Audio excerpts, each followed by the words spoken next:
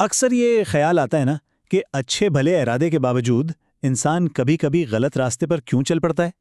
تو آج ہم ذرا گہرائی میں اترتے ہیں اور ان 9 چھپے ہوئے ہتھیاروں کو دیکھتے ہیں جنہیں شیطان استعمال کرتا ہے، کیونکہ ان باریک چالوں کو سمجھنا ہی خود کو بچانے کی طرف پہلا قدم ہے۔ تو سوال یہ ہے کہ آخر وہ کرتا کیا ہے؟ کون سے طریقے ہیں اس کے پاس؟ وہ کیسے ہمارے ذہنوں اور دلوں پر اثر کرتا ہے؟ چلیں اس ماخذ کی روشنی میں ایک ایک کر کے ان 9 ہتھیاروں سے پردہ اٹھاتے ہیں۔ سب سے پہلی لڑائی جو ہے نا، وہ کہیں باہر نہیں، وہ ہمارے اپنے اندر ہی لڑی جاتی ہے۔ یہ جذبات اور دنیاوی خواہشات کا میدان ہے، اور یہیں پر شیطان ایسے پھندے بچھاتا ہے جو سیدھے ہماری سب سے گہری کمزوریوں پر وار کرتے ہیں۔ پہلا ہتھیار غصہ۔ یہ غصہ سمجھے ایک آگ کی طرح ہے، اور یہ سب سے پہلے ہماری عقل کو ہی جلا کر راکھ کر دیتا ہے۔ جب غصے کا طوفان اٹھتا ہے نا، تو صحیح اور غلط کی بیچ کی لکیر بالکل دھندلا جاتی ہے، اور اسی دھن کا فائدہ اٹھا کر شیطان اپنا کام کر جاتا ہے۔ اور دیکھیں، یہ کوئی معمولی بات نہیں ہے۔ اس کی اہمیت کا اندازہ اس بات سے لگائیں کہ جب ایک صحابی نے نصیحت مانگی تو انہیں بار بار ایک ہی جواب ملا: لا تغضب، غصہ مت کرو۔ مطلب یہ کوئی عام سی نصیحت نہیں، یہ ایک بنیادی اصول ہے۔ تو سوال یہ ہے کہ اس آگ کو بجھایا کیسے جائے؟ دیکھیں، ماخذ ہمیں بڑے ہی پریکٹیکل طریقے بتاتا ہے۔ اگر آپ کھڑے ہیں تو فوراً بیٹھ جائیں۔ اگر غصہ پھر بھی ٹھنڈا نہ ہو تو پانی پی لیں، اور سب سے بہترین حل وضو کر لیں۔ اس کے پیچھے لاجک بھی بڑا سیدھا سادہ ہے۔ غصہ آگ سے ہے، اور آگ کو پانی ہی بجھاتا ہے۔ یہ ایک طرح کی روحانی فرسٹ ایڈ ہے۔ اچھا، جذبات کے بعد اب باری آتی ہے ہماری خواہشات کی، اور یہاں اس کا دوسرا ہتھیار سامنے آتا ہے: مال و دولت کی ہرس۔ یہ ایک ایسی بھوک ہے جو کبھی ختم نہیں ہوتی، اور یہ ہرس آہستہ آہستہ انسان کو اس کی اصل ذمہ داریوں سے اتنا دور لے جاتی ہے کہ اسے پتہ بھی نہیں چلتا۔ اور یہ آیت اس نفسیاتی کھیل کو بالکل کھول کر سامنے رکھ دیتی ہے۔ شیطان ہمیں غربت کا ڈر دکھاتا ہے تاکہ ہم حرام اور غلط کام کریں، جبکہ اللہ ہمیں اپنی بخشش اور اپنے فضل کا یقین دلاتا ہے۔ تو یہ دراصل خوف اور امید کی جنگ ہے، اور ہرس کا بیج اسی خوف سے پیدا ہوتا ہے۔ تو پھر اس کا علاج کیا ہے؟ علاج ہے اپنا پرسپیکٹو بدلنا، اپنا زاویہ نگاہ بدلنا۔ ہمیشہ اپنے سے اوپر دیکھنے کے بجائے ان لوگوں کو دیکھیں جن کے پاس ہم سے کم ہے۔ اپنی صحت، اپنے گھر والے، یہ وہ نعمتیں ہیں جن کا کوئی مول نہیں۔ اور اگر کبھی یہ سب بھولنے لگیں تو بس ایک بار کسی اسپتال کا چکر لگائیں، زندگی کی حقیقت اور اپنی خوش قسمتی دونوں ایک ساتھ نظر آ جائیں گی۔ اچھا، اب ہم آتے ہیں ان ہتھیاروں کی طرف جو ذرا زیادہ گہرے ہیں اور زیادہ خطرناک بھی۔ یہ وہ حملے ہیں جو ہمارے ایمان، ہمارے علم اور ہماری خود شناسی پر ہوتے ہیں۔ تیسرا ہتھیار، تکبر۔ یہ وہی گناہ ہے، وہی زہر ہے جس نے خود شیطان کو اللہ کی رحمت سے دور کر دیا تھا، جب اس نے خود کو بڑا سمجھ کر حکم ماننے سے انکار کر دیا۔ اور یہی تکبر انسان کو بھی سچائی سے دور کر دیتا ہے، کیونکہ اس کی میں، اس کا ایگو راستے کی دیوار بن جاتا ہے۔ لیکن ایک لمحے کو سوچیں، اس تکبر کی بنیاد آخر ہے کیا؟ انسان کی حقیقت کیا ہے؟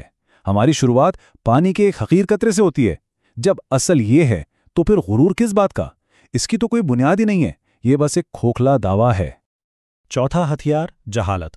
اور یہاں جہالت سے مراد صرف پڑھا لکھا نہ ہونا نہیں، بلکہ دین کے علم کی کمی ہے۔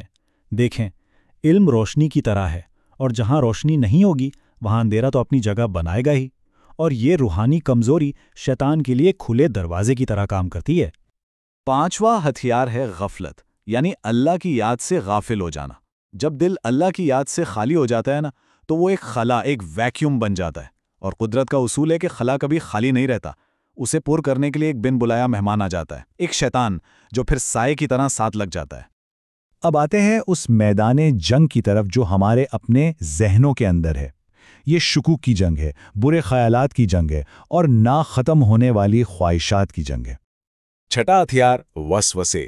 یہ وہ شیطانی سرگوشیاں ہیں جو ہمارے دماغ میں شکوک پیدا کرتی ہیں، جیسے نماز پڑھتے ہوئے بار بار خیال آنا کہ کیا میں پاک ہوں بھی یا نہیں، یا پھر موت کا ایسا وہم اور خوف طاری ہو جانا کہ زندگی ہی مشکل ہو جائے۔ یہ سب بے چینی پیدا کرنے والی سرگوشیاں ہیں۔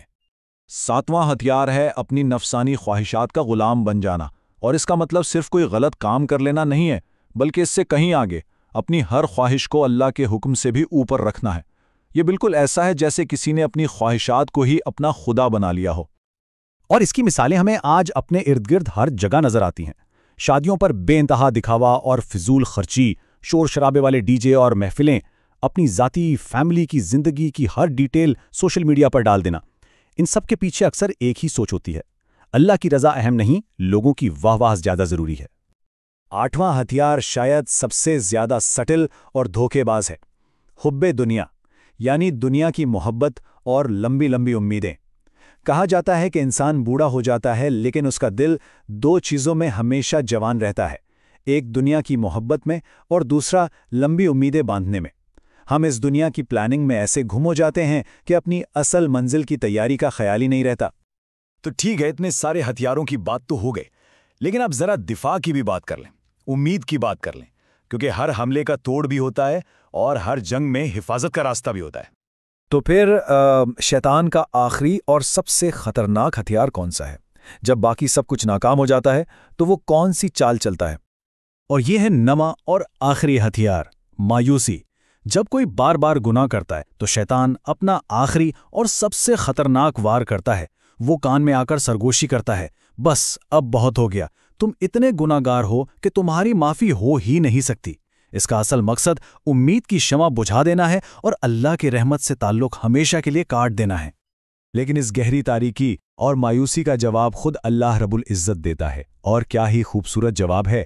کہہ دیجئے: اے میرے بندو جنہوں نے اپنی جانوں پر زیادتی کی، اللہ کی رحمت سے مایوس نہ ہونا، بے شک اللہ تو سارے ہی گناہ معاف کر دیتا ہے۔ یہ امید کا، رحمت کا سب سے بڑا اعلان ہے۔ تو بات صرف اتنی سی ہے کہ سچی توبہ کے لیے 3 چیزیں چاہیے: اپنے گناہ پر شرمندگی، اسے فوراً چھوڑ دینا، اور آئندہ نہ کرنے کا پکا ارادہ۔ جب کوئی اس خلوص دل سے واپس پلٹتا ہے تو اللہ کی رحمت کے دروازے ہمیشہ کھلے ملتے ہیں۔ تو آخر میں اس ساری گفتگو کا حاصل کیا ہے؟ بس یہی کہ اپنے دشمن کے ہتھیاروں کو پہچان لینا ہی آدھی جنگ جیت لینے کے مترادف ہے۔